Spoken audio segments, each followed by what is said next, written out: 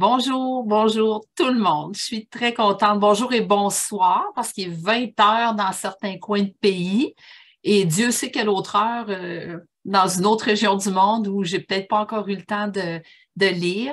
Je suis très contente de vous rencontrer. Mon nom est Nathalie Bégin. Je serai votre animatrice pour cette conférence qui va durer environ 1h30 en tout et partout. Comment aider les autres tout en respectant nos limites. Quel beau défi! Avant d'aller plus loin, je veux vous dire que nous avons avec nous une opératrice qui s'appelle Hélène. Hélène, si tu veux dire bonjour.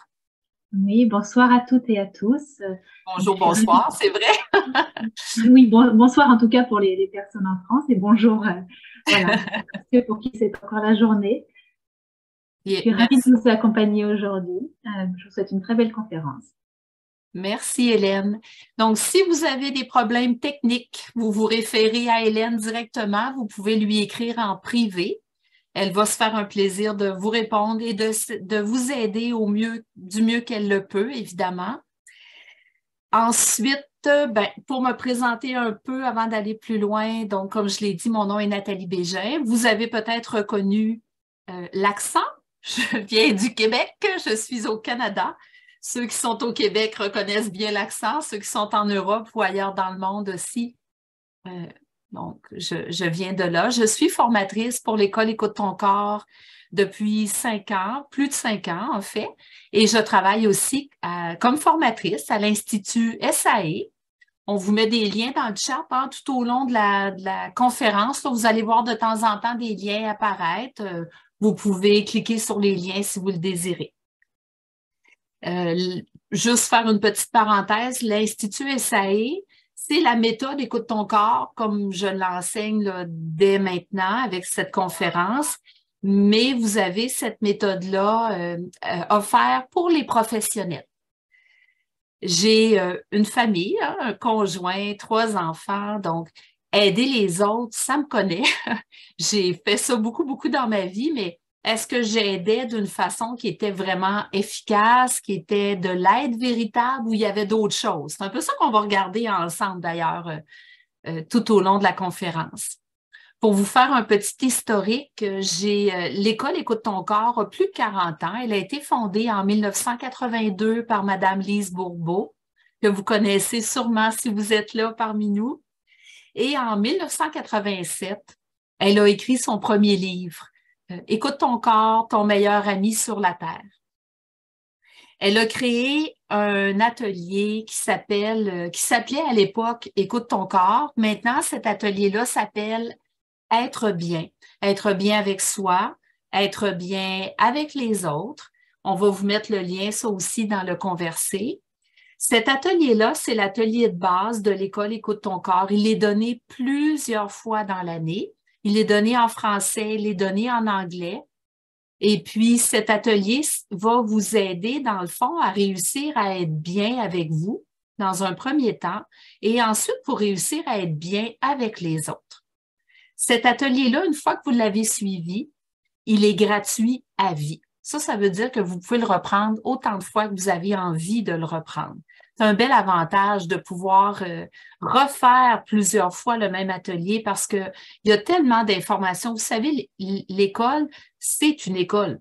Donc, c'est pas un centre de thérapie où on va juste approfondir. On donne beaucoup d'informations, beaucoup de théories.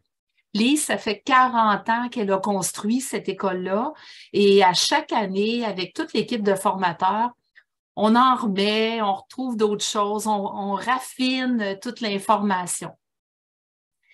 Pour les consignes pendant la conférence, vous voyez là, que tous les micros sont fermés parce que c'est enregistré et on va déposer la conférence sur la chaîne YouTube d'Écoute ton corps. Sur la chaîne YouTube, j'en profite pour faire une parenthèse. Vous savez, on n'est pas à notre première conférence. Il y a plusieurs conférences gratuites, beaucoup de matériel gratuit en fait sur la chaîne YouTube. Moi, je vous invite à aller la visiter, à vous abonner à la chaîne YouTube si vous ne l'êtes pas déjà.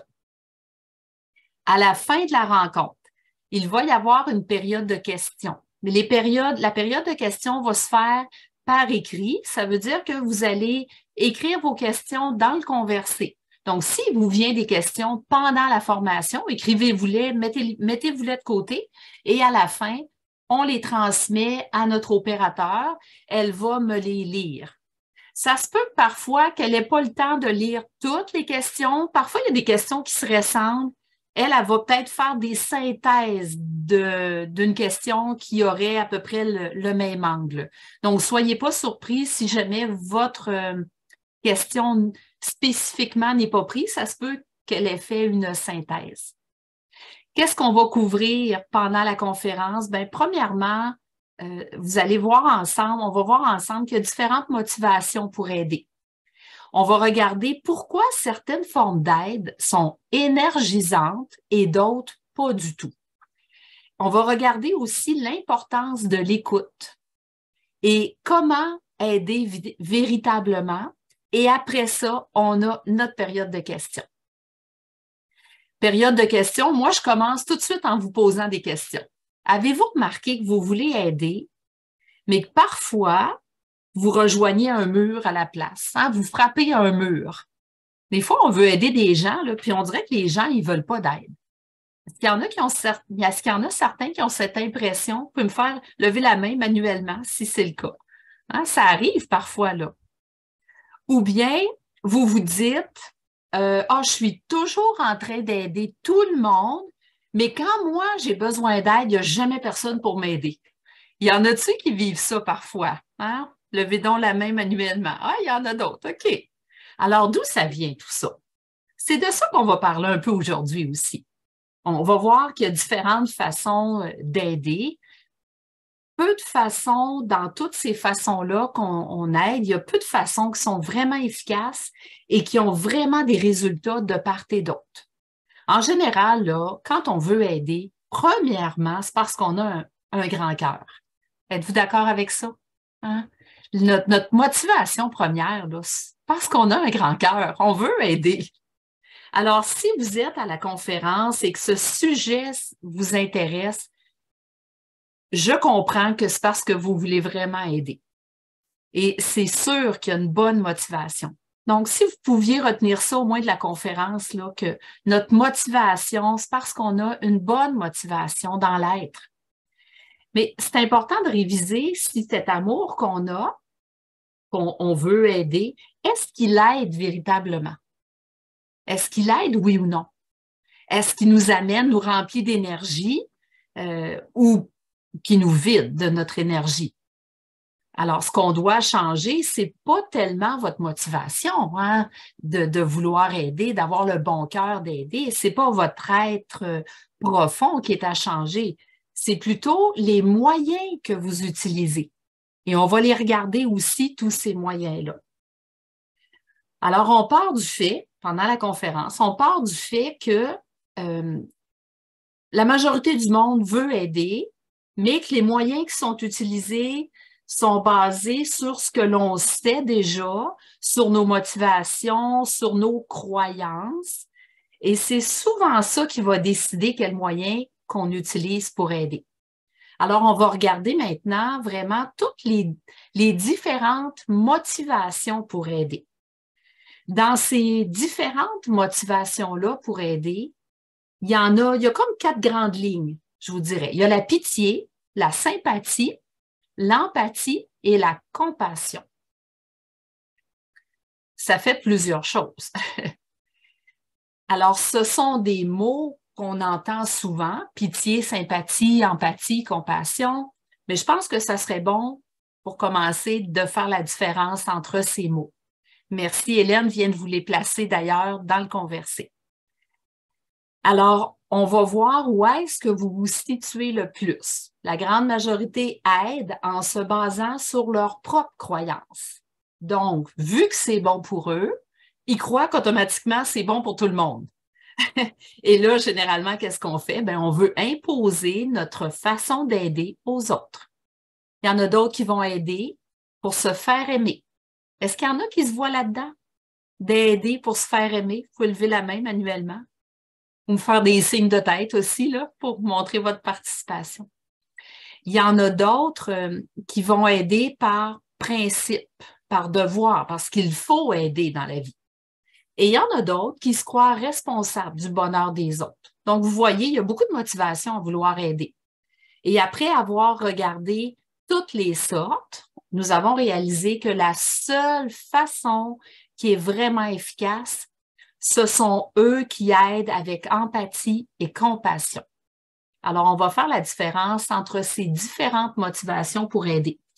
La majorité des définitions que je vais vous donner, vous allez les retrouver dans ce livre-là. Je ne sais pas si vous le voyez, là. C'est le Dictionnaire du bien-être que Lise a écrit avec Micheline Saint-Jacques.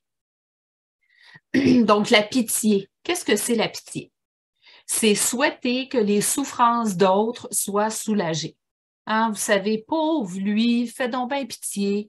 C'est pas drôle tout ce qui lui arrive. Hein, si vous voulez savoir si la pitié est efficace, demandez à une personne qui est limitée physiquement comment elle se sent quand vous avez pitié d'elle. Hein? Si la personne, elle aime ça, la pitié. Donc, généralement, la réponse est non. La personne qui reçoit la pitié de l'autre se sent inférieure et abaissée.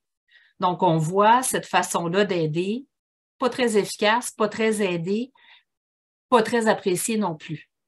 Quand on dit à quelqu'un, qu'est-ce que je pourrais faire pour t'aider? On voit bien que tu ne peux pas faire grand-chose. Ça, quand on dit ça, c'est vraiment parce qu'on a pitié de la personne. Le contraire d'avoir pitié, ce serait d'être impitoyable. Ça, c'est assez radical. Ceux qui ont tendance à avoir pitié des autres sont souvent des proies faciles pour les victimes, pour ceux qui aiment ça se plaindre. Hein, ils savent qu'ils allaient voir. Ils vont aller voir ceux-là qui trouvent qu'il fait donc bien pitié. Celui qui a pitié, il va écouter la victime. Il va essayer de l'aider, de la consoler. Il va essayer d'y trouver des moyens, des solutions. Il va l'encourager. Mais tout ce que ça fait, c'est que ça encourage la personne à faire du dumping.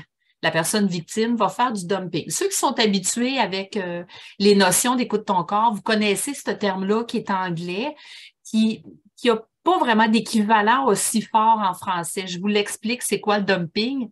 C'est aller domper, c'est aller donner nos paquets de problèmes à l'autre en espérant se sentir bien.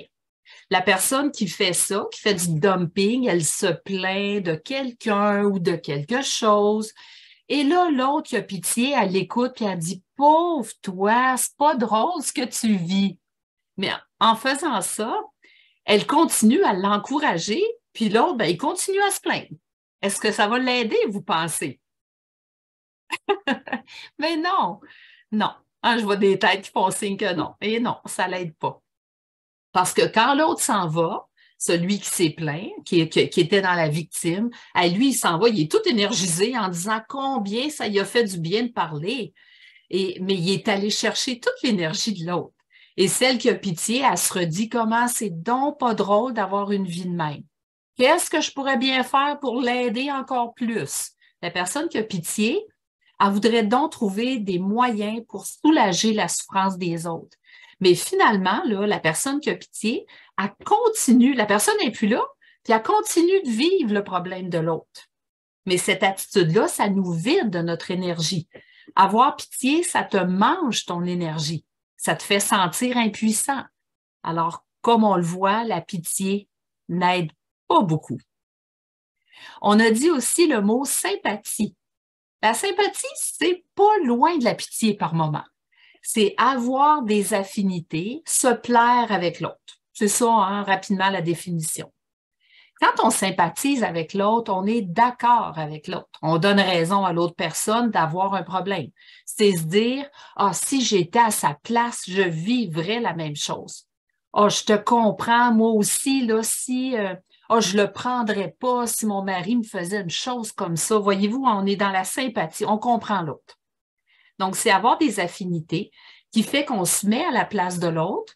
C'est une forme d'aide, mais qui n'aide pas vraiment parce que l'autre n'essaiera pas de s'en sortir quand il y a quelqu'un qui sympathise avec elle comme ça, qui lui donne raison d'avoir ce problème-là. Pourquoi s'en sortir? Donc, la sympathie n'aide pas. Ça fait juste confirmer à l'autre qu'il a donc bien raison d'avoir un problème. C'est encore une forme d'aide qui va désénergiser la personne qui veut aider et la personne qui la reçoit. Le contraire de la sympathie, c'est l'antipathie. Hein, on n'a pas le goût, on n'est pas d'accord, on veut rien savoir de la personne, on fait juste la regarder, la personne, puis là, ça nous griche par en dedans, hein, parce qu'on n'a pas du tout d'affinité avec ces personnes-là. L'empathie maintenant. L'empathie, c'est être assez dégagé de soi pour lâcher nos croyances. Ce n'est pas facile à faire, ça.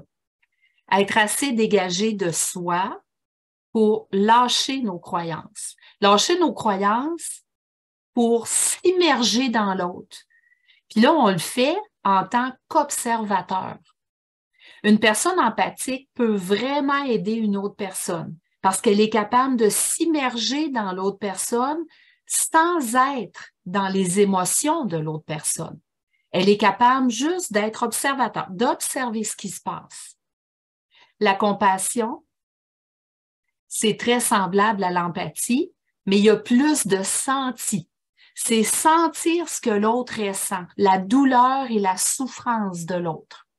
On ne vit pas les émotions de l'autre. On est capable, par contre, de se mettre à sa place avec amour en sentant la souffrance que l'autre vit présentement. Certaines personnes sont capables d'écouter l'histoire de l'autre, de sentir comment l'autre souffre, mais sans entrer dans ses émotions. Si tu vois que tu vis des émotions, là, c'est plus une forme de sympathie. Ça vient toucher quelque chose en toi. Ça touche un point qui t'appartient à toi. Donc, si tu vivais ça, ben, tu te sentirais mal. Donc, si le problème de l'autre te fait sentir mal, c'est que ce problème-là, il est en train de réveiller quelque chose en toi. Ça veut dire que c'est plus de la sympathie que de l'empathie ou de la compassion. C'est comme si tu entends parler de quelque chose de difficile. Exemple, une jeune fille qui te parle de l'inceste qu'elle a vécu avec son père. Si tu peux juste être avec elle, d'être empathique, lui poser des questions, lui parler, l'écouter, ça, ce serait de l'empathie. Si pendant qu'elle parle, tu es capable d'aller sentir sa souffrance, mais tu es aussi capable d'aller sentir la souffrance du père qui a fait l'abus, ça, ce serait de la compassion. Donc, on aurait de la compassion pour le père qui a commis l'inceste au lieu d'entrer dans tes croyances puis de te dire « Oh mon Dieu, qu'est-ce que j'aurais fait, moi, avec un père comme ça? » Puis, donc là, d'entrer plutôt dans un mode de sympathie. Et là, ce serait basé sur nos croyances. Le contraire de l'empathie et de la compassion, ce serait la dureté, l'indifférence, l'insensibilité. Donc, si tu es capable d'avoir de la compassion et de l'empathie, tu vas beaucoup plus aider la personne, particulièrement quand tu es en relation d'aide. L'empathie et la compassion sont de très hautes formes d'amour et c'est très énergisant. Ils sont un peu semblables, l'empathie et la compassion. La seule différence, c'est au niveau du senti. L'empathie, tu es plus observateur. La compassion, tu vas être capable d'être observateur, mais en même temps, tu dois être capable de ressentir ce que la personne vit. Lise, elle nous a raconté à un moment donné qu'elle avait suivi un cours aux États-Unis à l'Institut Option. Et le fondateur de cet institut-là, M. Kaufman, c'est un auteur qui a écrit différents livres qui ont été traduits en français. Lui et sa femme, ils ont développé une méthode, la méthode Option, et ils ont réussi à guérir leur fils autiste juste en ayant de l'empathie et de la compassion. Ils ont fait un film là-dessus là, dans les années 70, 79, dans ces eaux-là, entre 70 et 80. Qui s'appelle Sunrise. Alors, au lieu d'avoir pitié de cet enfant-là, de pleurer sur son sort ou le leur, ils ont décidé d'aller avec l'enfant. Donc, un enfant autiste, vous savez, hein, ça peut battre des mains comme ça. Ça va tourner sur eux-mêmes. Alors, ils ont commencé à entrer dans le monde de l'enfant autiste. Ils ont commencé à faire comme lui. Ça, c'est vraiment de l'empathie et de la compassion, là. L'empathie, c'est je vais me mettre au même niveau, je vais me mettre au diapason. Fait que se sont mis à faire les mêmes gestes que lui. Et tranquillement, quelques mois plus tard, ils ont fait ça pendant presque 3 ans, quelques mois plus tard, l'enfant a commencé à réagir et à avoir des interactions avec ses parents.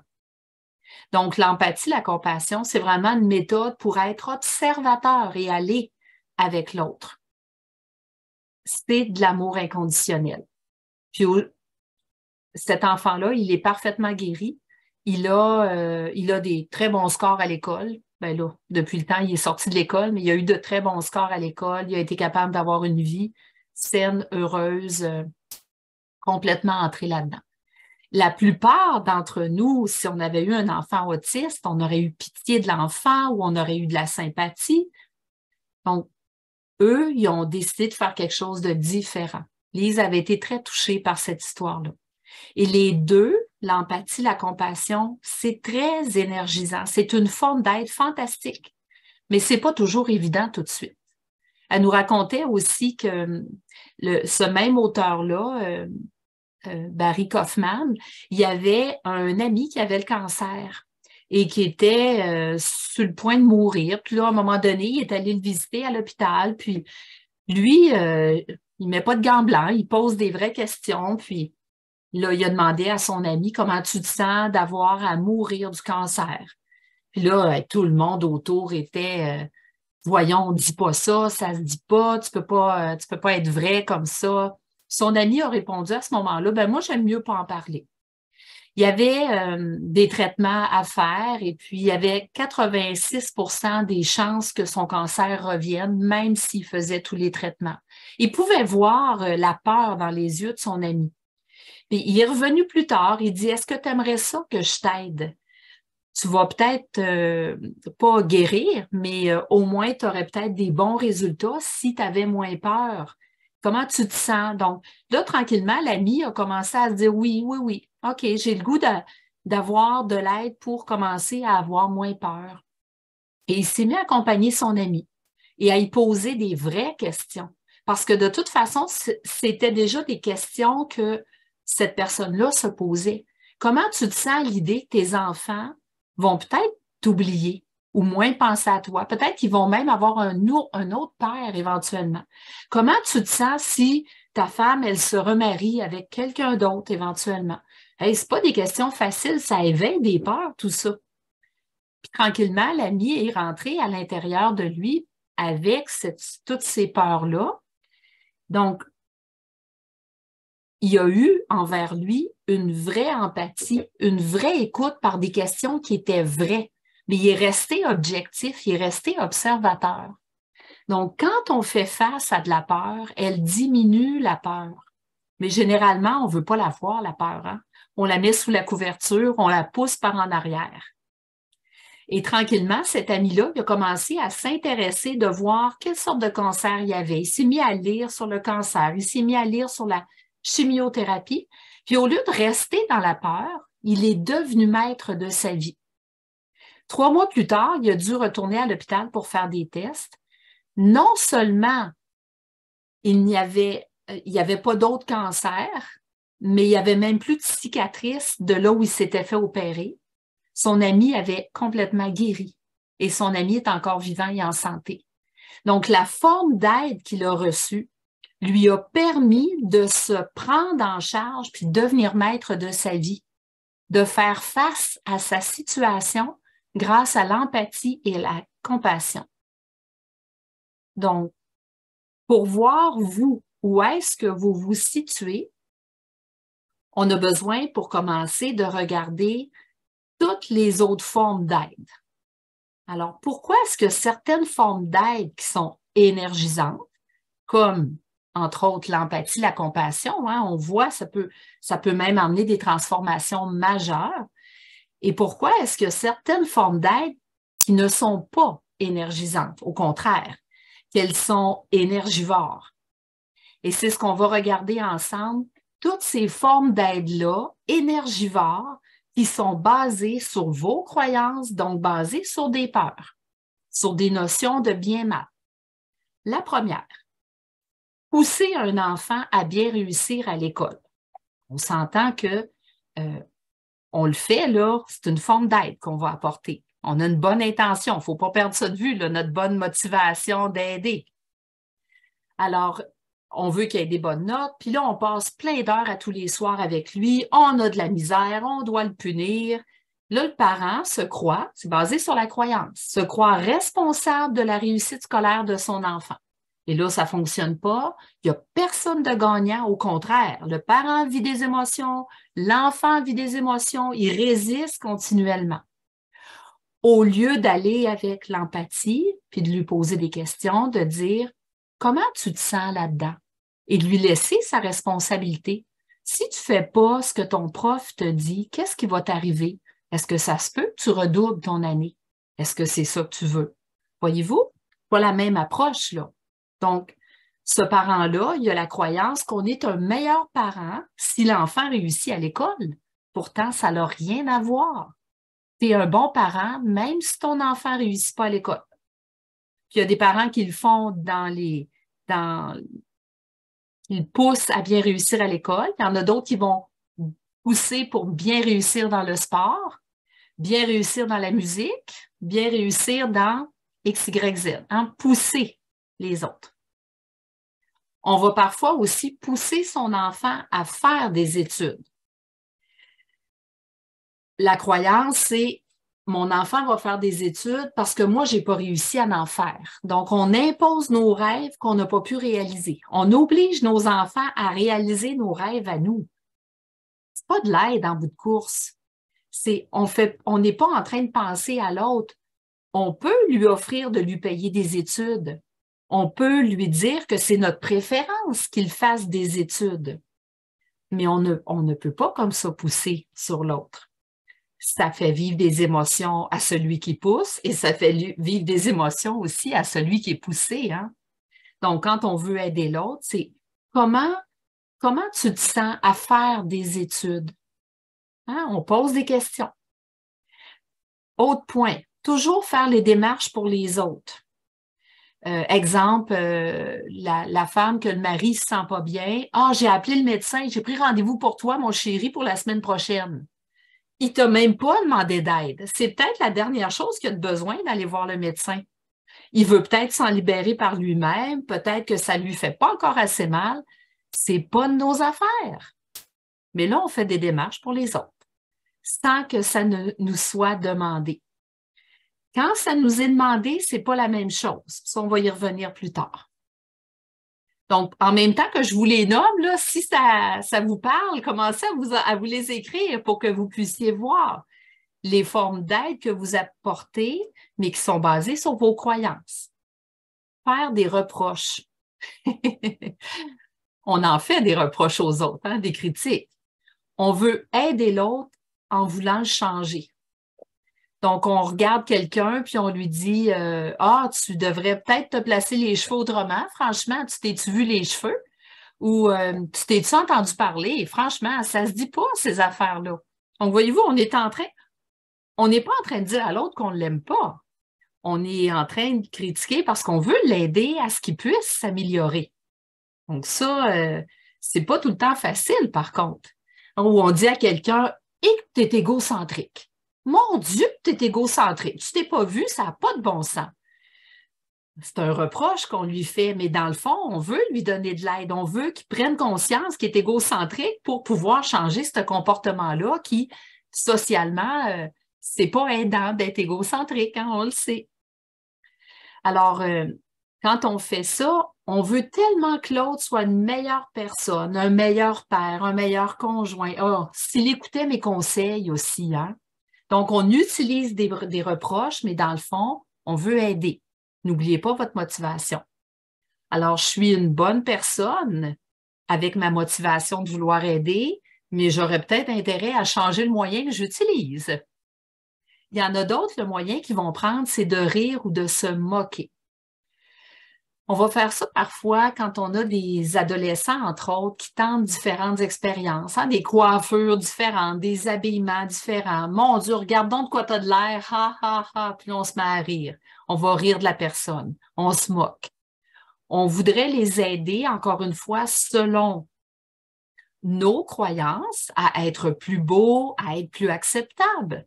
On ne voudrait pas que nos enfants fassent rire d'eux, mais donc, cette méthode, elle est inefficace. On va faire aussi surprotéger jusqu'à mentir. Une femme qui peut mentir pour son conjoint en appelant au bureau de son mari pour dire « Ah, mon mari est malade », mais elle le sait très bien qu'il n'est pas malade, il est parti au golf. C'est lui qui a demandé de dire ça. Donc, on surprotège jusqu'à mentir. On ne veut pas qu'il y ait de troubles là, en allant avec son travail. Parfois, en faisant ça, ben, on n'aide pas la personne à prendre ses responsabilités. Il y a des parents, des fois, qui vont écrire des petits billets aux enfants qui s'absentent de l'école en disant « Ah, il était malade » ou « On est allé chez le dentiste » ou « On avait un rendez-vous ». Puis c'est même pas vrai.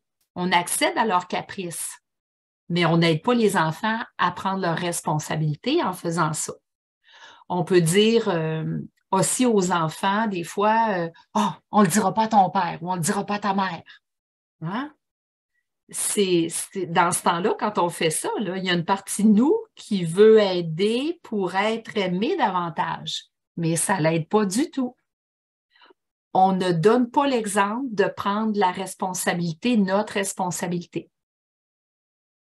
L'autre façon de faire, c'est endosser les conséquences des décisions des autres.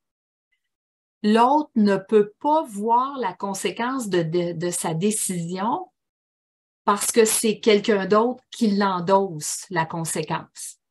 Vous avez, exemple, un conjoint ou une conjointe qui est alcoolique, qui a fait la fiesta toute la nuit, il rentre dans la maison, il s'assoit sur le fauteuil, vomit sur le fauteuil.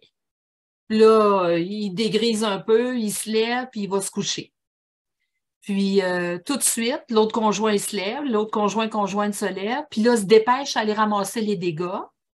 Donc, s'il avait à aller ramasser lui-même ses dégâts de vomi, il s'en souviendra un petit peu plus.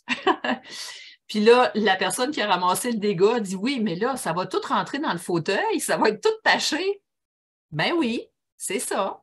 Hein? Si j'endosse pas sa conséquence, il paiera le nettoyage du fauteuil en question. Il l'enverra se faire nettoyer, il paiera.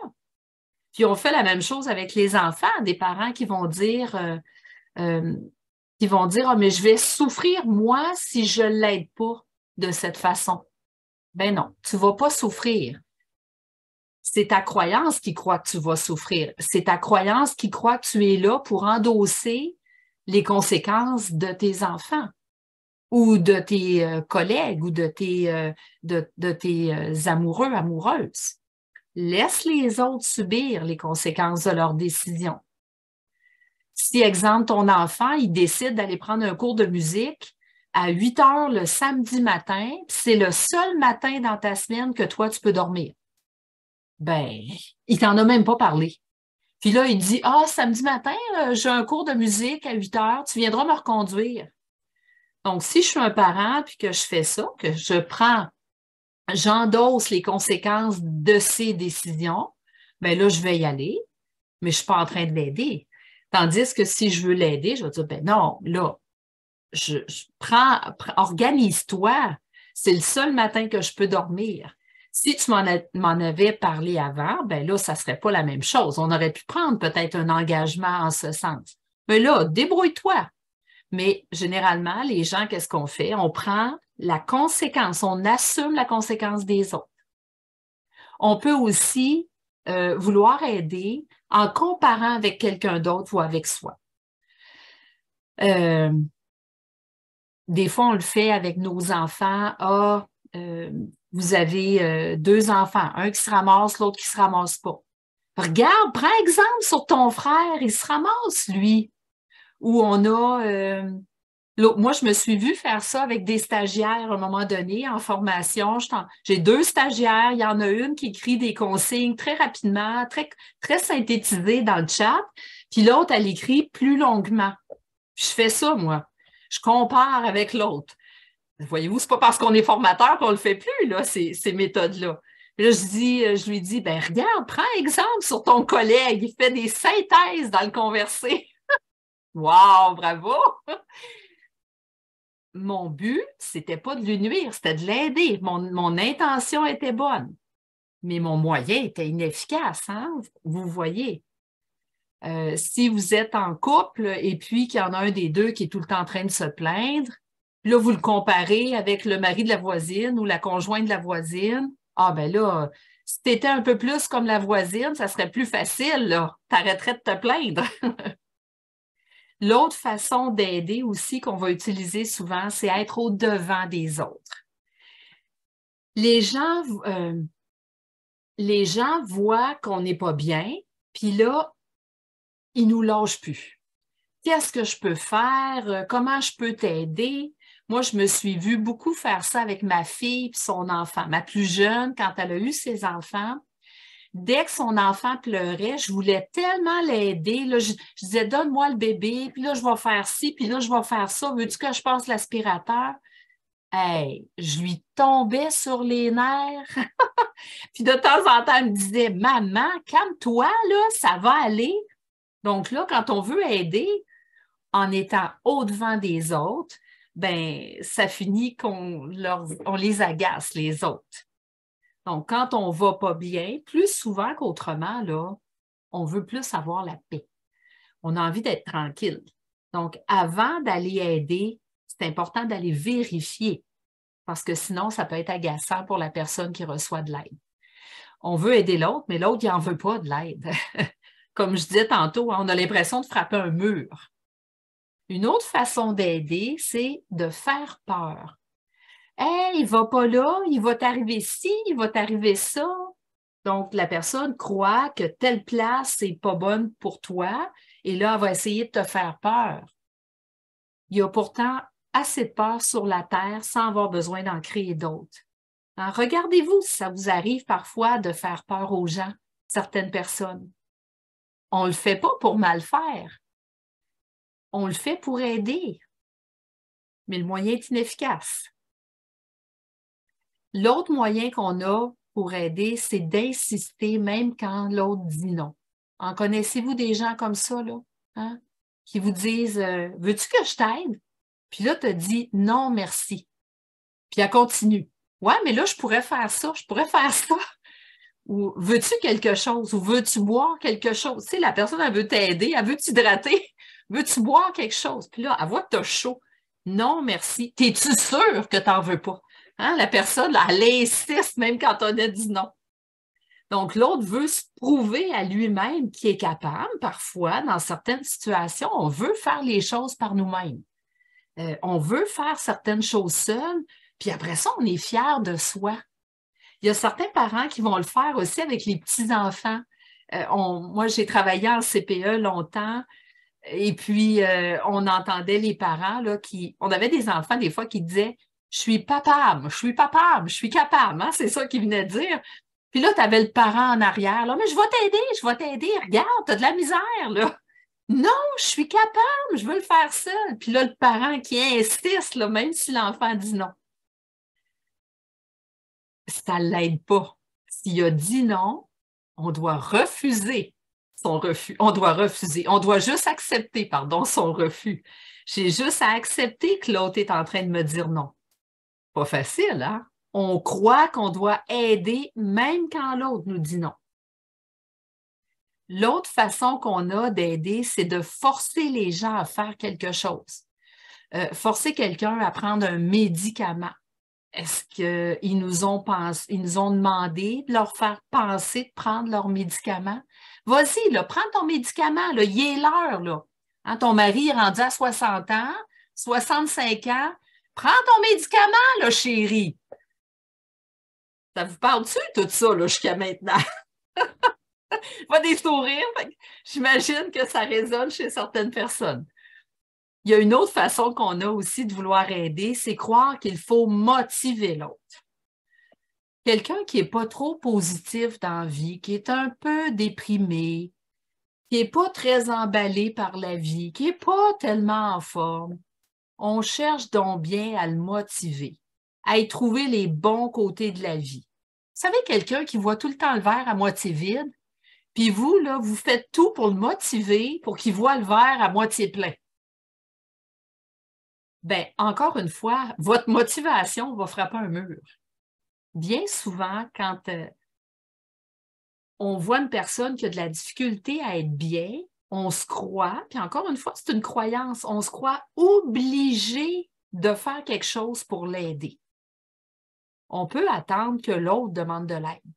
Ou on peut lui dire, as-tu besoin d'aide? Je vois que c'est pas fort à matin, tu n'as pas l'air trop motivé ou pas trop dans ton assiette. Est-ce que je peux t'aider? Il y a une autre façon dont on veut aider. Celle-là me fait bien rire parce que j'ai une petite tendance, je pense que c'est une déformation professionnelle aussi, mais une petite tendance à vouloir faire ça, moi. Dans la croissance personnelle ou la croissance spirituelle, vouloir que l'autre voit son message. Donc là, on constate que lorsqu'on a quelqu'un dans notre entourage qui lui arrive quelque chose, on peut avoir une tendance à dire, quand on fait de la croissance, « As-tu vu ton message? » C'est sûr qu'on veut l'aider à se regarder à travers ce qui lui arrive. Mais est-ce que l'autre t'a demandé de l'aide? Parfois, là, on n'a pas envie de voir notre message tout de suite. On voudrait dire, si on voyait notre message tout de suite, ça voudrait dire qu'il faut y faire face là, faire déjà une mise au point. On le sait que quand il nous arrive quelque chose, qu'on a un malaise, une maladie, un accident, n'importe quoi dans le fond, dans notre environnement ou dans notre corps physique, on le sait qu'il y a un message à travers tout ça. Mais on n'a pas besoin nécessairement de se le faire dire par les autres, excepté si vous avez une entente avec une amie ou quelqu'un et vous avez pris une entente de vous le faire penser si vous oubliez les messages. Ah là, c'est autre chose. C'est pas la même chose. Vous aviez une entente. Mais si l'autre vous a rien demandé, vous n'avez pas à lui dire « As-tu vu ton message? » Qu'est-ce que ça veut dire, ce que tu es en train de vivre? Donc, ce n'est pas parce que vous prenez des cours, à Écoute ton corps, vous les prenez ensemble, que nécessairement, vous êtes tout le temps obligé de dire ce genre de petites phrases-là. Une autre façon d'aider, c'est de faire de la guérison. Il y a certaines personnes qui ont appris des techniques de guérison, imposer les mains, faire des massages. Et là, dès qu'ils voient quelqu'un qui ne se sent pas bien, qui ne se sent pas bien, ils se lèvent, puis là, ils vont masser l'autre dans le dos, ou ils mettent une main dans le front. Ils voudraient comme imposer un peu leur connaissance en lien avec la guérison. Et vous savez, parfois, c'est peut-être la dernière chose que l'autre veut, se faire toucher. Donc, si vous voulez aider l'autre, vérifiez avant avec l'autre, veux-tu de l'aide? Ça s'appelle du respect avant d'aller toucher l'autre. On voit ça parfois dans les cours, on est en formation, puis là, il y a quelqu'un qui touche quelque chose de profond, elle se met à pleurer, puis tout de suite, il y a quelqu'un à côté qui va aller mettre une main dans le dos, essayer de flatter le dos. La personne n'a rien demandé. Puis vous savez, dépendant de la blessure qui est éveillée, le masque qui va être là, elle pourrait se refermer aussi vite de ce qu'elle était en train de vouloir sortir. Donc, notre intention est bonne d'aider, de réconforter l'autre personne, mais ce n'est pas un bon moyen. On va, un autre moyen pour aider, c'est de prier pour les autres ou envoyer de la lumière aux gens. Il y en a-tu qui font ça ici? Je t'envoie de la lumière. Je sais que tu as une grosse épreuve, je vais t'envoyer de la lumière, je vais prier pour toi. Si vous voyez que vous faites ça, je vous invite plutôt à prier seulement pour que la personne devienne consciente de sa propre lumière. Faites juste imaginer la personne et voyez-la se baigner elle-même dans sa propre lumière. Certaines personnes, ils nous disent « j'ai pensé à toi hier, je t'ai envoyé de la lumière. » La personne est là, sa lumière. Nous sommes tous lumière, mais on oublie qu'on l'est. Donc, quand on a peur, qu'on a des problèmes, on oublie qu'on a tout en soi, puis là, on commence à se fier à l'extérieur. Donc, visualisez la personne, voyez la lumière dans son centre, puis voyez que cette lumière-là s'agrandit jusqu'à ce que la personne, elle baigne dans sa propre lumière. Ça, c'est une façon d'aider ou de prier pour les autres qui est idéal. Versus, c'est vous qui imposez, qui envoyez. L'autre façon d'aider, c'est de vouloir comprendre. Là, les gens, ils se disent, Si j'arrive à la comprendre ou à le comprendre, il me semble que là, je vais être en mesure de l'aider. Je veux juste te comprendre. Veux-tu m'expliquer qu'est-ce que tu as fait, pourquoi tu l'as fait, comment tu l'as fait? Donc, quand toi, tu veux comprendre, puis là, tu commences à embarquer dans toutes ces grandes explications-là, c'est un travail mental, comprendre. Ça n'aide pas du tout l'autre personne. Et là, en plus, tu vas te faire ta synthèse et tu vas porter tes jugements après, en fonction de tes croyances. Donc, si ce qu'elle te dit, si tu n'es pas d'accord, tu vas la critiquer. Donc, tu vas utiliser un autre moyen, les reproches, parce que on reste dans notre mental inférieur là-dedans. Donc, soit que tu vas la critiquer, ou bien tu vas avoir de la sympathie pour elle. Puis là, tu vas dire, oh là, je te comprends, si je vivais la même chose que toi, là, c'est sûr que je vivrais la même chose s'il m'arrivait la même chose. Mais c'est pas plus de l'aide, donc de vouloir comprendre à tout prix quelque chose. Il y a une autre façon qu'on a d'aider, c'est de toujours faire attention de dire à l'autre ce qu'on pense qu'il veut entendre.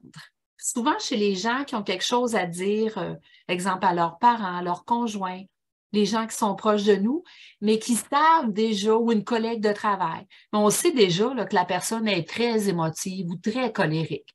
Et là, on se dit, mon Dieu, mais qu'est-ce que ça me donne de dire ça? Elle va être choquée, ou elle va pleurer, ou elle va être blessée.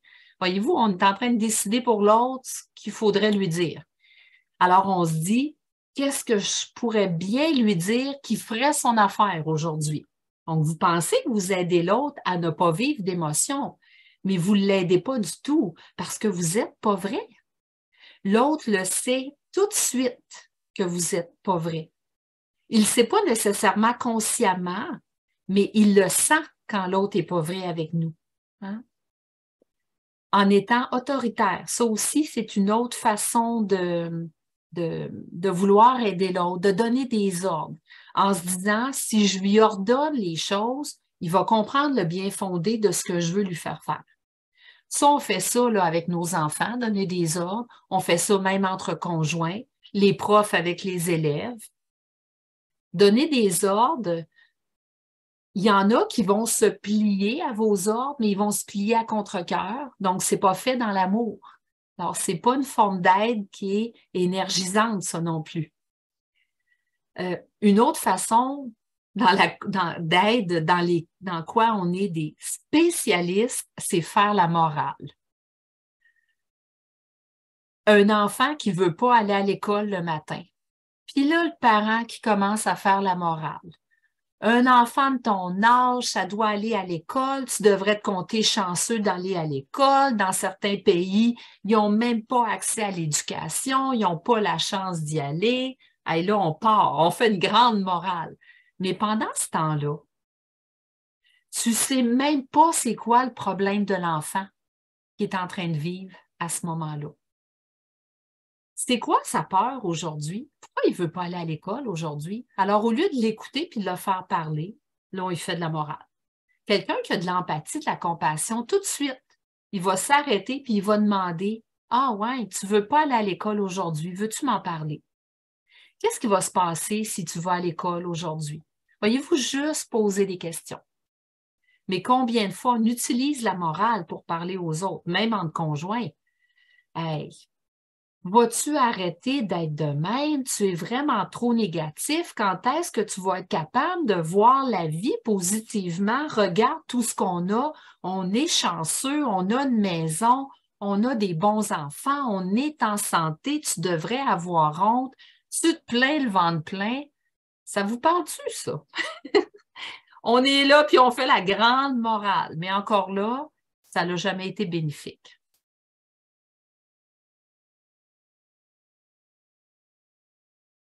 Alors, la plupart là, des façons que je viens de mentionner, toutes ces façons-là que je viens de mentionner, elles vont selon nos croyances à nous. Et par le fait même, comme c'est basé sur nos croyances, il y a un grand manque d'écoute. C'est une écoute qui est basée sur la peur, et ça, cette écoute-là, cette forme d'aide-là, elle vous fait dépasser vos limites. Elle finit même par vous épuiser parce que là, vous vivez beaucoup d'énergie, beaucoup d'émotions, pardon, et ça vous vide de votre énergie. Et tous les deux, vous êtes insatisfaits. Je vous ai parlé un peu de l'écoute, hein, tout au long des exemples que je vous ai donnés. Donc, l'importance de l'écoute. L'importance de l'écoute dans la façon d'aider les gens. Parce que la façon idéale d'aider les gens, c'est d'apprendre à écouter. C'est pas pour rien qu'à l'école Écoute ton corps, on a créé un cours qui s'appelle l'écoute et la communication. Et que dans notre cours d'animation, devenir animateur conférencier, c'est ce qu'on enseigne et qu'on approfondit, l'écoute. Apprendre à écouter pour apprendre à aider. Je le répète, apprendre à écouter pour apprendre à aider. Puis je vous le dis, là, apprendre à écouter, c'est un art. Écouter avec le cœur plutôt qu'avec les oreilles. Écouter au-delà des mots. Écouter les messages du corps, le verbal, le non-verbal, l'expression des yeux. Quelqu'un qui vous dit, là, non, non, ça ne me dérange pas que tu fasses telle chose. Ah, les mots, si j'écoute juste avec mes oreilles, les mots qu'elle a dit sont OK. Ah, si on écoute juste les mots, OK. Mais si on va au-delà des mots, veux-tu me parler un peu plus de ça? Tu me dis que ça ne te dérange pas. OK. Faites parler la personne. Puis elle va finir par vous dire combien ça l'a dérangé. On dit jamais ça, qu'on n'est pas dérangé quand ça ne nous dérange pas. On pense même pas à dire ça. Alors, c'est un indicateur. Aussitôt que quelqu'un qui dit ça, là, ah non, ça ne me dérange pas. Quelqu'un qui te raconte que ce que son patron lui a dit, hein, il a dit quelque chose, puis il a dit, ah, il m'a dit telle affaire, mais ça ne m'a pas dérangé. Voyons, c'est sûr que ça l'a dérangé. Allez plus loin. Un enfant qui se révolte. Puis là, on va se dire, ah, il est vraiment ingrat, cet enfant-là. Alors pourtant, là, un enfant qui se révolte, il est en train de vous dire un gros message qui n'est pas heureux, qui n'est pas bien. Alors, apprendre à poser des questions, ça aide à l'écoute. L'écoute idéale, c'est ça, c'est de poser des questions et là, on repart avec les derniers mots de la personne. Donc, la personne, tu lui poses la question, comment tu te sens dans cette situation-là, exemple. Puis là, elle te dit quelque chose et là, tu reprends ces mots puis tu reposes une question là-dessus. Le but, c'est juste de la faire parler. Et quand on fait ça, vraiment écouter avec le cœur, on va oublier nos croyances. On va aussi oublier où est-ce qu'on veut amener la personne. Parce que toutes les autres formes d'aide, c'est on veut l'amener à quelque part. Tandis que là, c'est plutôt aller avec la personne. Et bien souvent, ça va nous amener dans un endroit où on n'avait même pas imaginé. La personne qu'on veut aider, là, elle va nous sortir des choses qu'on n'aurait même pas pu penser, qu'on n'aurait même pas imaginé. Je vous donne un autre exemple, quelqu'un qui ment. Y a-t-il quelque chose de plus dérangeant que quelqu'un qui nous ment en pleine face? Puis là, en plus, vous savez qu'il ment. Tu dis, c'est toi qui as cassé le verre. Non, non, c'est pas moi. Tu l'as vu faire. Non, non, c'est pas moi. Mais voyez-vous, l'autre est en train de mentir pour se protéger. Et là, il essaye de s'expliquer là-dedans.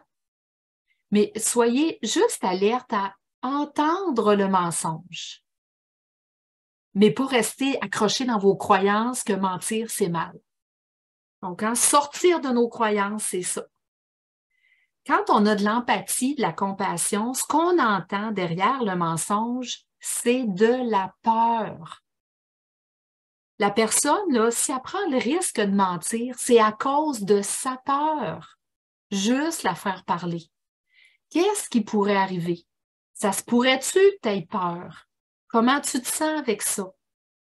Et là, si vous posez des questions en étant conscient de sa peur, de sa souffrance, vous n'êtes plus du tout à la même place. Vous êtes au niveau du cœur. Et non dans la croyance que X, c'est pas beau de mentir. Alors, comment est-ce qu'on peut aider véritablement l'autre? Comment aider véritablement?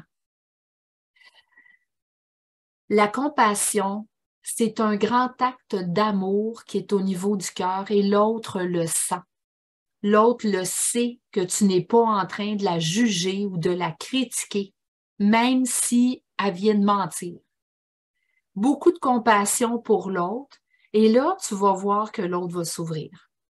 C'est pas vraiment important de poser la bonne question. Si tu es dans ton cœur, tu vas poser la bonne question.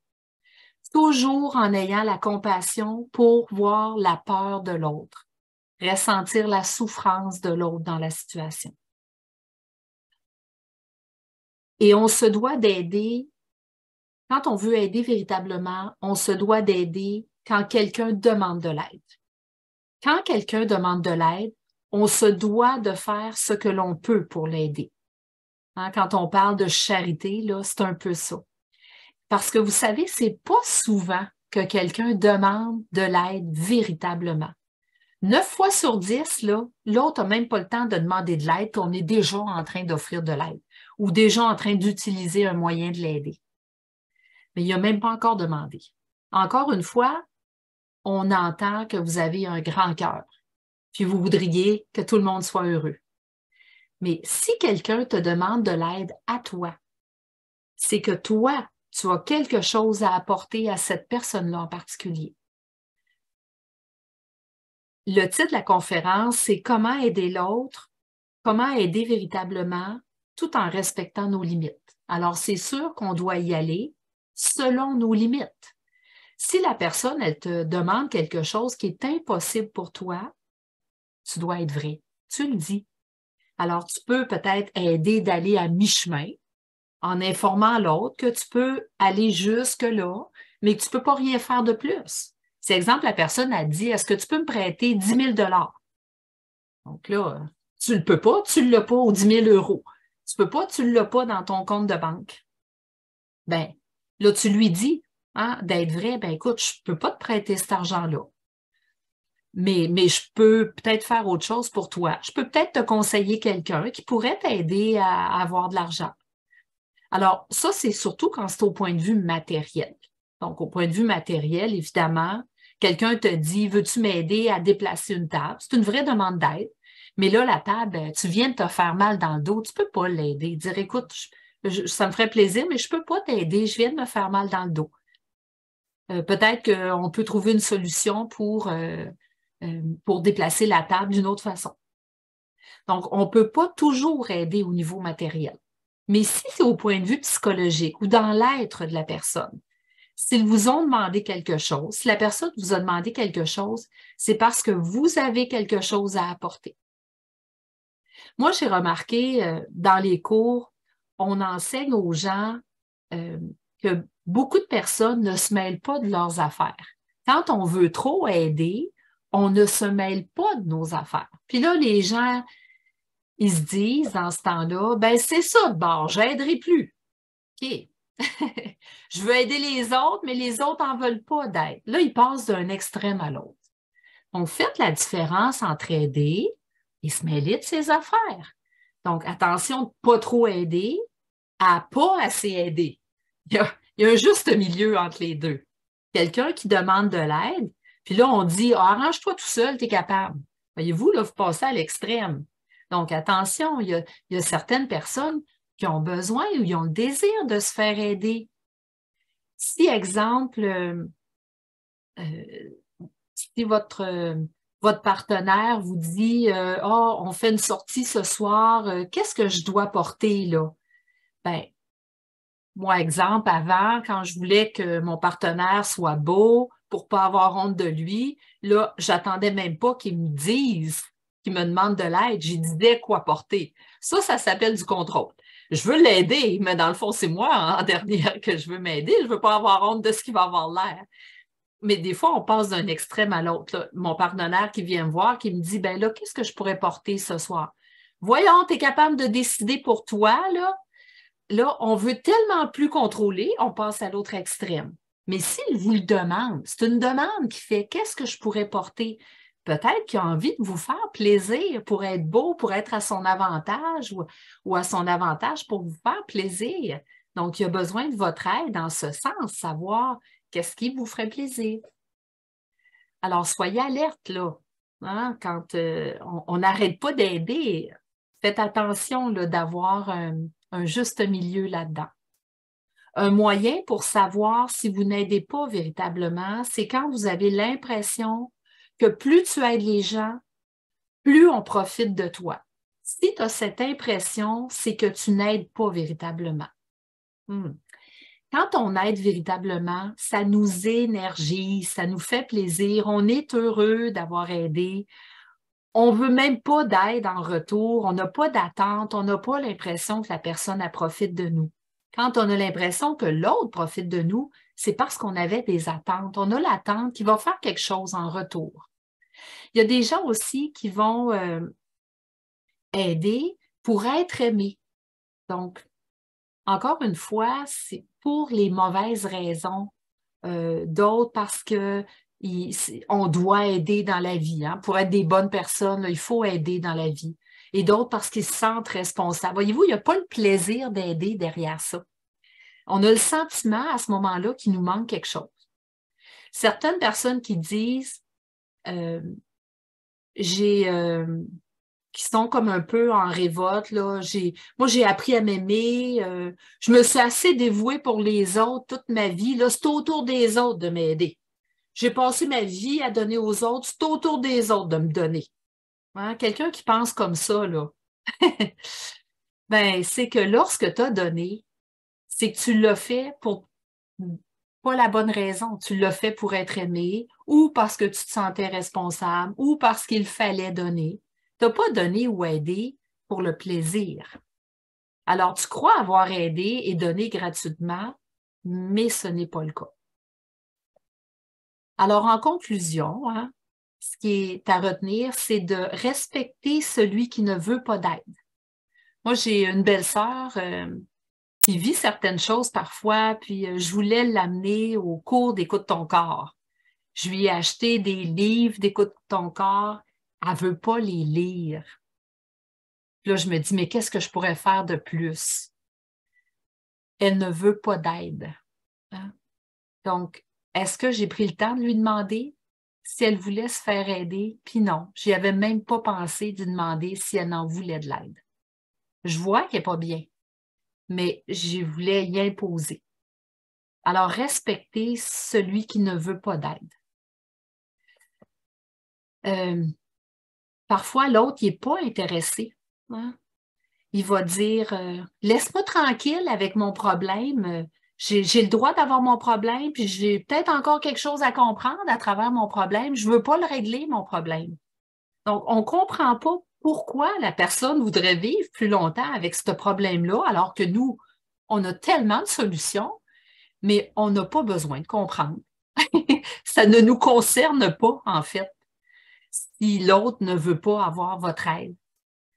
C'est sa raison, hein? Et on a tous nos raisons, on connaît tous nos limites à soi.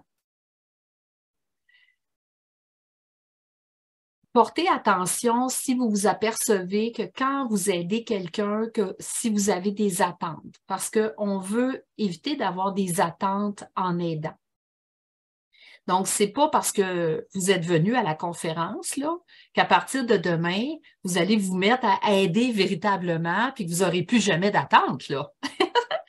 Ça serait surprenant quand même.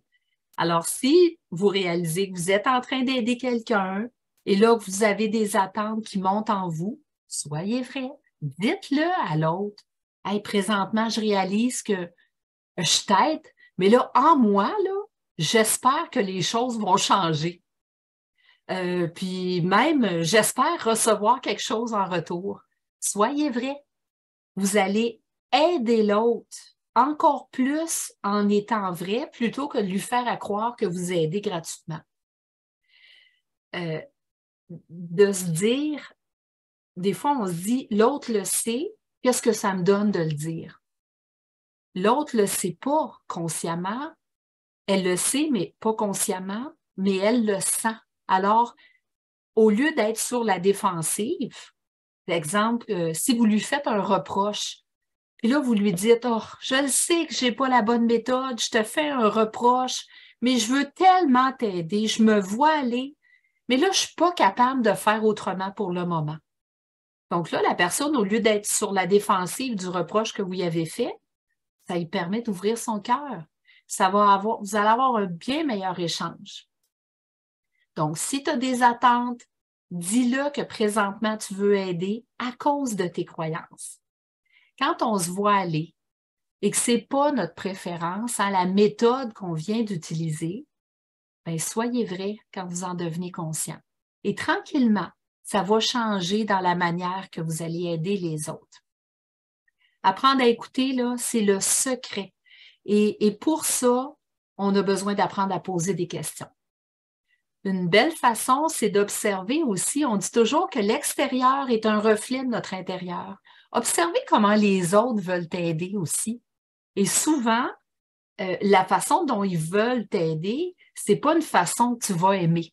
Ça, c'est vraiment un bon moyen pour vous aider à découvrir comment vous vous aidez.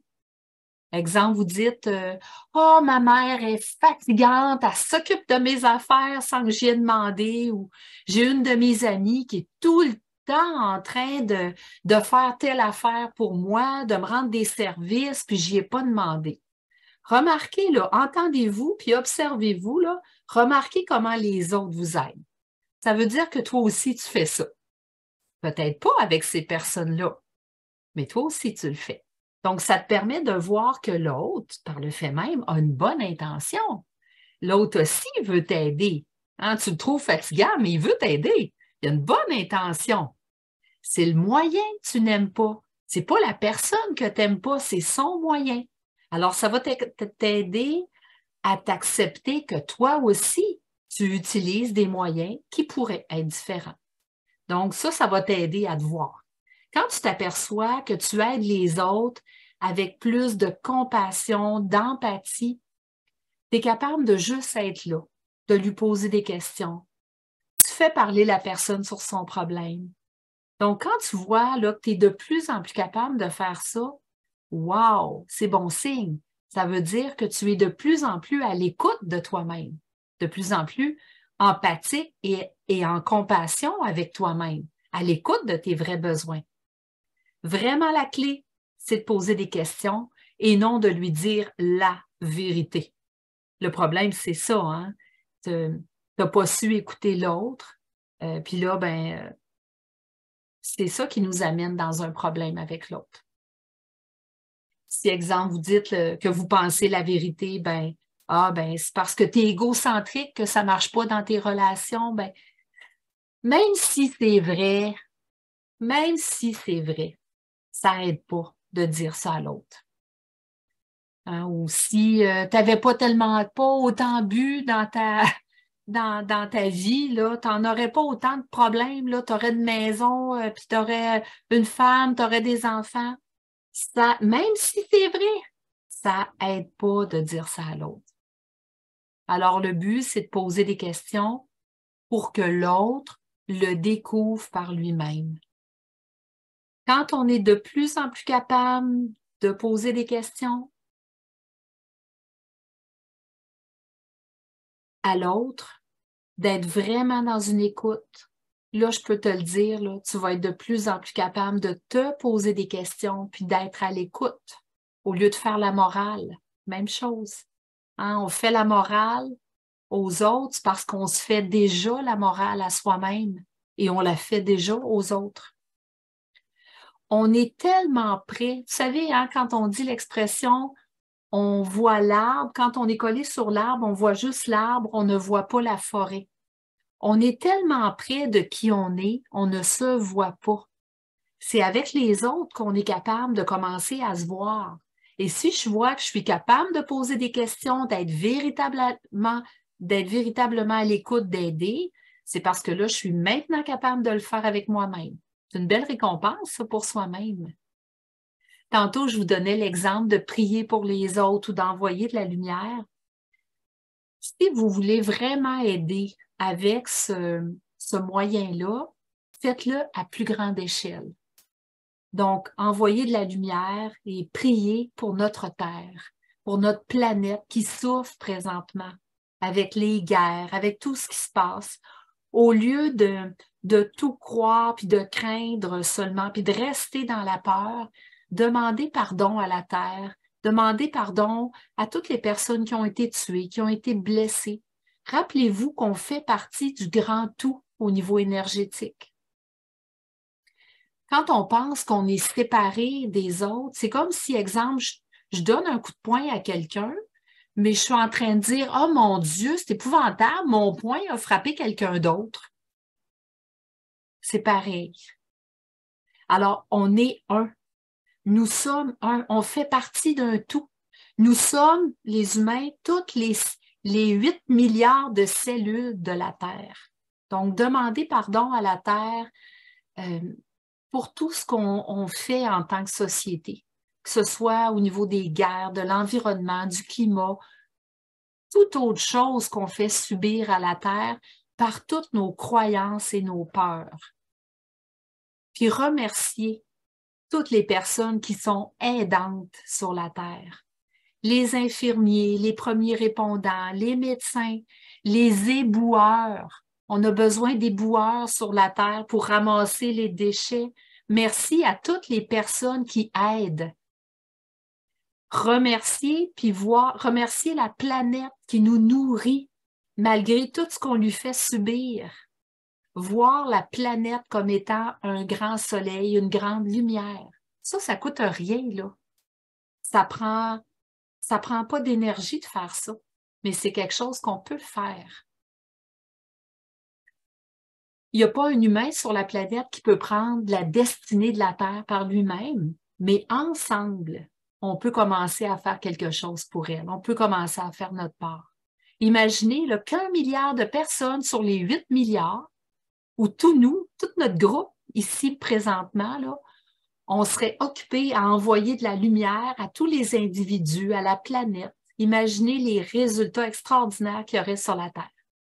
Ce serait comme d'affirmer la vérité que nous sommes amour, nous sommes Dieu, mais on l'oublie à cause qu'on amplifie tous les problèmes qu'on a en ayant des peurs, puis en amplifiant toutes ces peurs-là. C'est une façon merveilleuse, puis tout ça en étant en contact avec votre propre lumière et en étant en contact avec la lumière de tout le monde. Alors, plus j'aiderai les autres véritablement, plus je m'aide moi-même véritablement, sans attente et en étant vrai. De cette façon-là, je respecte mes limites comme être humain et je respecte la limite des autres. Merci beaucoup de m'avoir écouté. Ça va être la période de questions. Alors, s'il y a des questions qui sont montées pendant la conférence, je vous invite à les écrire dans le chat. Notre opératrice, Hélène, va ouvrir son micro. Elle va me les poser et moi, je vais tenter d'y répondre au mieux pour essayer de vous aider à travers les questions que vous allez poser. Hélène, c'est parti. Oui. Alors, première question. Au moment de nos motivations pour aider, tu as parlé du dumping. Et on nous a posé la question, le dumping, est-ce en fait une façon de se déresponsabiliser? Oui, c'est une façon de se déresponsabiliser parce que au lieu de m'occuper de ce qui ne va pas bien, puis de demander de l'aide véritablement, ben, je prends tout mon problème puis je le lance sur l'autre. Donc, je ne suis pas responsable de mon problème, je vais le donner à l'autre. Après ça, je m'en vais, là, je suis toute bien. Donc, je suis en train de me déresponsabiliser et je ne suis pas maître de ma vie en faisant ça. Concernant les différentes formes d'aide, quelqu'un nous dit certaines viennent du cœur et d'autres du mental. Oui. Il n'y a pas vraiment de question. Non, est-ce que tu serais d'accord avec ça? Ouais. Oui, tout à fait. Donc, tout à l'heure, je vous en ai mentionné toute une série de formes d'aide qui viennent du mental, qui viennent de nos croyances. Donc, pousser un enfant à faire des études, faire des reproches, etc., etc. Tous ceux-là que je vous ai mentionnés, c'est effectivement des formes qui viennent du mental inférieur. Alors, du mental de notre système de croyances, Ça, c'est bien, ça, c'est mal, puis en plus des croyances qui sont basées sur la peur. Lorsque la forme d'aide vient du cœur, c'est au niveau de l'empathie, de la compassion, de l'écoute véritable, en posant des questions et en n'ayant pas de jugement, pas d'accusation et en étant vrai. Ça, on est au niveau du cœur à ce moment-là. Prochaine question. Et que faire face à une personne qui se plaint, mais qui refuse toute forme d'aide? Oui, ça, c'est la personne qui est victime là, dans ce temps-là. Donc, vous savez, une des bonnes techniques avec la victime, ben, deux choses. La première, c'est on peut lui faire remarquer, dire, écoute, j'entends que tu te plains, tout ça, pas que tu te plains, mais j'entends que tu as beaucoup de difficultés. Tu sais, t'écoutes pendant un certain temps. J'entends là, que c'est pas facile pour toi. Est-ce que la question à lui poser, c'est, là, tu me dis tout ça, est-ce que tu as besoin d'aide ou est-ce que tu as besoin d'aide pour t'en sortir? Est-ce que tu veux qu'on regarde ensemble pour trouver des solutions? Donc là, tu verras qu'est-ce que la personne. Là, la personne, elle recommence, puis elle recommence. Une autre technique qui peut être très aidante avec les victimes, c'est de leur dire, pauvre toi, hey, c'est vrai que c'est pas drôle ce que tu vis, hein? On dramatise un peu le pauvre toi. Puis on peut même prendre une entente avec cette personne-là, la personne qui aurait vraiment le goût de découvrir qu'elle a une attitude de victime, parce que généralement, les gens qui sont victimes ne se voient pas. Alors, on pourrait même prendre une entente avec elle. Et puis là, de lui dire, ben, es-tu d'accord que quand je vois que tu te plains, sans vraiment chercher de solution, je vais te le dire à chaque fois, pauvre toi, c'est vraiment pas drôle ce que tu vis. Puis, je vous le dis, là, dans le premier 10 minutes, vous risquez de le dire à peu près 10 fois, pauvre toi. Puis en dernier, la personne, elle va l'en rire, puis là, elle va commencer à se voir dans son état de victime, de se plaindre, plutôt que d'être responsable de sa vie et de demander de l'aide véritablement. Prochaine question, Hélène? Plusieurs personnes ont évoqué les personnes qui vont mal et qui mettent leur vie en danger. Alors, comment les aider? Par exemple, comment aider une personne qui est en dépression et qui risquerait de faire une tentative de suicide? Mm-hmm. Bien, c'est sûr que lorsque la santé, la sécurité est mentionnée, si, exemple, tu crois vraiment que quelqu'un va se suicider, ben, on sait qu'au niveau de la loi, on est tenu de faire un signalement ou de faire quelque chose pour l'aider. Dès qu'une personne menace sa santé, sécurité ou menace celle d'une autre personne, donc on peut aussi aller nous chercher de l'aide pour comment aider la personne. Mais c'est peut-être pas vous, la personne, qui peut aider cette personne-là. Bien sûr, de le mentionner, hein, dire d'être vrai avec la personne. Je m'inquiète pour toi. Tu as des propos qui m'inquiètent. Est-ce que poser des questions, hein? Est-ce que tu es en train de penser au suicide? Est-ce que tu as besoin d'aide? Posez la question directement. Soyez vrai dans des situations de crise. Puis, ultimement, allez chercher de l'aide à l'extérieur pour vous-même, pour pouvoir aider la personne, si bien sûr c'est son cas. Souvenez-vous que dans tous des cas comme ça, la personne est en souffrance. Donc, il y a des gens qui sont dans la souffrance qui sont pas capables de demander de l'aide. Ils ne savent pas, ils n'ont pas appris à demander de l'aide directement. Donc, de poser la question, je vois que tu es dans la souffrance, ça me touche, ça me fait peur. Est-ce que tu as besoin d'aide? Est-ce que je peux t'aider? Est-ce que tu veux être aidé? Puis là, la personne, elle va te répondre. Prochaine question. Parfois, justement, on a en face de nous quelqu'un qui n'ose pas demander de l'aide, ou alors on propose de l'aide et on sent que la personne a peur de nous déranger. Est-ce qu'à ce moment-là, on peut la rassurer, renouveler notre proposition? Oui, tout à fait. Quand la personne dit « Ah, j'ai peur de te déranger », il y en a beaucoup hein, comme ça qui ont peur de déranger. Plusieurs personnes sur la planète qui sont comme ça. Ben, tu peux renouveler ton offre de l'aider, mais là, un des moyens qu'on avait mentionné tantôt, c'est insister même si la personne dit non. Donc là, si elle te dit non 2 fois, ben écoute, ma porte est ouverte. Arrêtez ça là, là. Arrêtez ça là, entendez ce qu'elle est en train de vous dire. OK, tu as peur de déranger, c'est sa responsabilité, elle aura à gérer cette peur-là éventuellement. La journée où la personne elle va vraiment avoir besoin d'aide, inquiétez-vous pas, Elle n'aura pas peur de déranger à ce moment-là. Elle va en demander de l'aide. Puis posez-vous la question, si ça vous dérange que la personne ait peur de déranger, est-ce que vous avez peur de déranger si vous demandez de l'aide? Tout le temps, vous pouvez tout le temps aller vous voir, vous, là, dans la situation. La suite, Hélène? Au travail, les demandes d'aide pour effectuer des tâches ont parfois tendance à être dirigées vers la même personne. Alors, quand on est cette personne, comment poser ses limites? Parce qu'on se sent épuisé d'aider tout le monde tout le temps. Oui. Bien, ça va être important. Quand on est au niveau matériel, c'est important d'apprendre, d'être capable de dire non, d'être vrai, d'être vrai. Puis parfois de dire, ben écoute, là, je vais te rendre service, mais cette fois-ci, pour la prochaine fois, par contre, essaie de te débrouiller par toi-même ou de demander à quelqu'un d'autre. Mais c'est pas facile, ça, c'est vraiment, tantôt en début de conférence, je vous parlais de l'atelier Être bien. Dans l'atelier, être bien, vous l'apprenez à être bien avec vous-même, à être bien avec les autres. Donc, quand on vit une situation avec soi, qu'on n'arrive pas à dire non, à s'affirmer, ou bien quand on n'arrive pas à dire non à l'autre parce qu'on a trop peur de sa réaction ou on est fâché parce que l'autre, il nous demande tout le temps à nous les services. Vous avez dans l'atelier Être bien 2 outils pour venir vous aider dans un cas comme celui-là. Pourquoi est-ce qu'on culpabilise quand on n'arrive pas à aider quelqu'un, par exemple quand on est psychologue face à un client ou quand on est proche de quelqu'un? Quand on culpabilise, c'est parce qu'on a des attentes. Ça veut dire qu'on n'était pas dans l'aide véritable. On était en train de vouloir aider, d'amener l'autre à quelque part plutôt que d'aller avec la personne là où elle est. Nous ne sommes pas. Et l'autre raison, c'est parce qu'on se sent responsable du bonheur de la personne.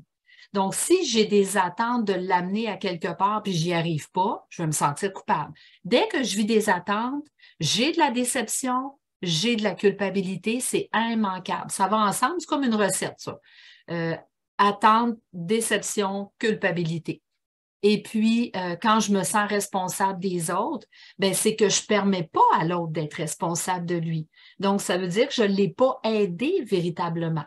Je l'ai aidé avec d'autres moyens, là, pas avec de l'empathie et de la compassion.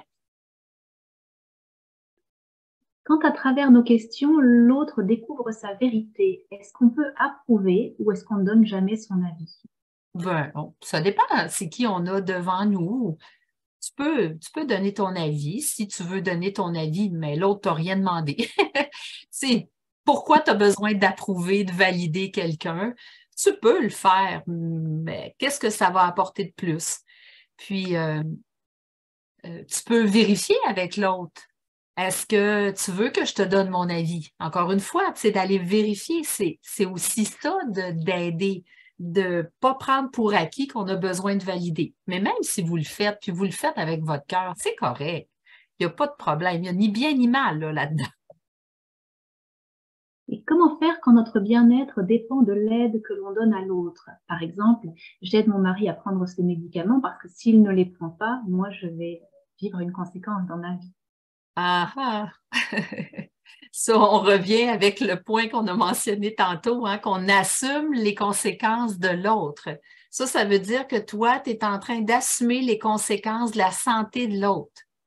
Mais tu n'as pas à faire ça, à assumer les conséquences de la santé de l'autre. Tu n'es pas en train d'aider l'autre à être responsable de sa vie quand tu assumes les conséquences.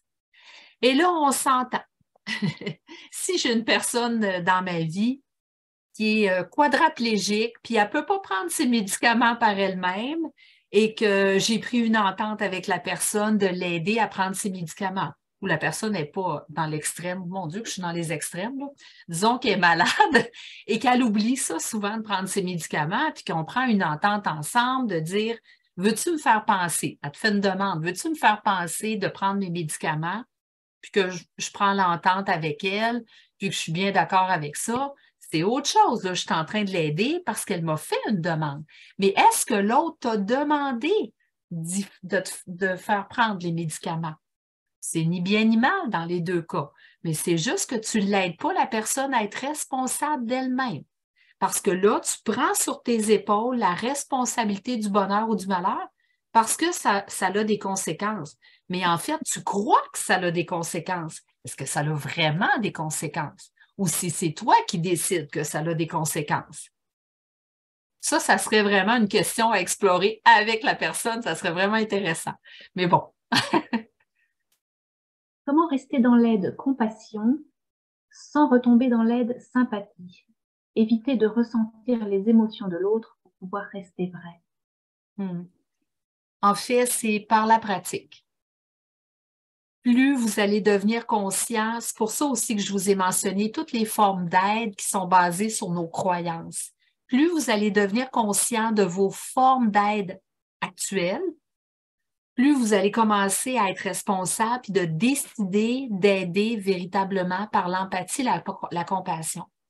Mais ça ne veut pas dire que tu ne retomberas pas dans tes autres formes d'aide.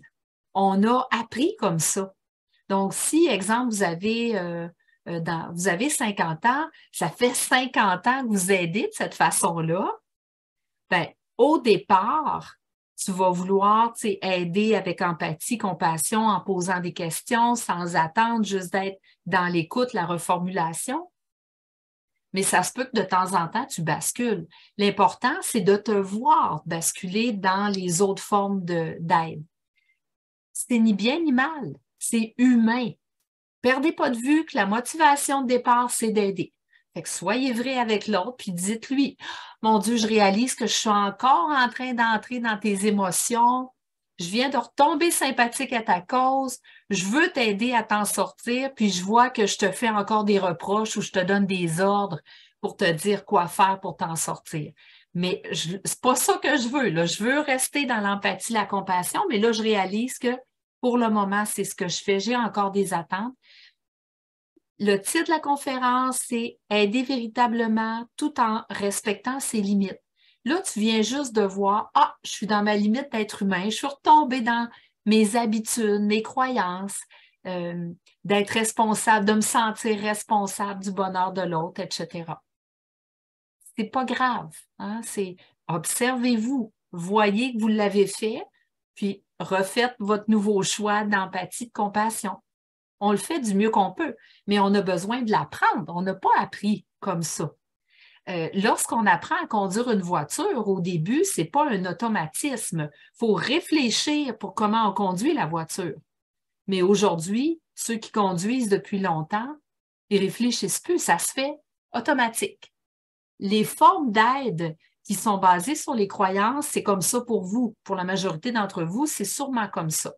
Que vous êtes en automatisme d'aide basé sur la peur. Puis, tranquillement, à force de vous pratiquer à conduire la voiture d'une autre façon, à un moment donné, ça va être des automatismes d'empathie, de compassion. Moi, ça fait quand même un bout de temps là, que je le pratique. Ça m'arrive encore de retomber de l'autre côté, puis de donner des ordres ou bien de comparer. L'exemple que je vous donnais tout à l'heure, c'est arrivé cette semaine. J'étais en animation, puis là, je compare avec mes 2 stagiaires. C'est pas grave. Mon but, perdez pas de vue le but, c'est d'aider. Hein? J'ai le bon cœur pour aider. Une fois qu'on s'en rend compte, on va être vrai avec l'autre. Peut-être une dernière question, Hélène, s'il te plaît? Que faire face à une personne qui exige de l'aide, qui va par exemple se mettre en colère? Bien, écoutez votre besoin à vous, là. Et vos limites à vous. Il n'y a personne qui peut vous obliger à l'aider, particulièrement quand la personne se met en colère. Mais lorsqu'on veut avoir une écoute empathique et de compassion, si disons, exemple, la personne, elle exige d'être aidée à travers la colère, puis là, toi, tu veux pratiquer justement l'empathie, la compassion, bien, tu sais que si elle est en colère, c'est parce qu'elle a peur. Et si elle a peur, c'est parce qu'elle est en souffrance. Il y a quelque chose qui ne va pas bien en dedans d'elle. Posez des questions. Posez des questions. Posez des questions. Puis essayez d'être juste là avec le cœur, mais toujours dans le respect de vos limites. Si ça ne vous convient pas, ben vous n'êtes pas obligé, évidemment. J'ai vu plein de questions passer dans le chat. Je sais qu'on n'aura pas eu le temps de faire le tour de toutes ces belles questions-là que vous aviez. Je vous remercie d'avoir été là, d'avoir été présent, présente. Merci énormément de votre présence. Merci à Hélène aussi d'avoir été l'opérateur. Merci, Écoute ton corps, de nous permettre de faire ces belles conférences-là gratuites. Et il y aura rediffusion dans quelques temps sur la chaîne YouTube d'Écoute ton corps. Donc, on vous invite à aller visiter les différentes plateformes de l'école. Il y a YouTube, il y a Facebook, Instagram, LinkedIn aussi, sur laquelle nous sommes maintenant, et bien sûr notre site Internet. Alors, au revoir tout le monde. Merci d'avoir été là. À très bientôt pour une prochaine conférence. Allez assister aux autres conférences qui ont lieu. Nous avons des méditations gratuites. Il y a aussi des séances d'information. Amusez-vous avec Écoute ton corps et écoutez-vous et au plaisir de vous revoir. Au revoir tout le monde.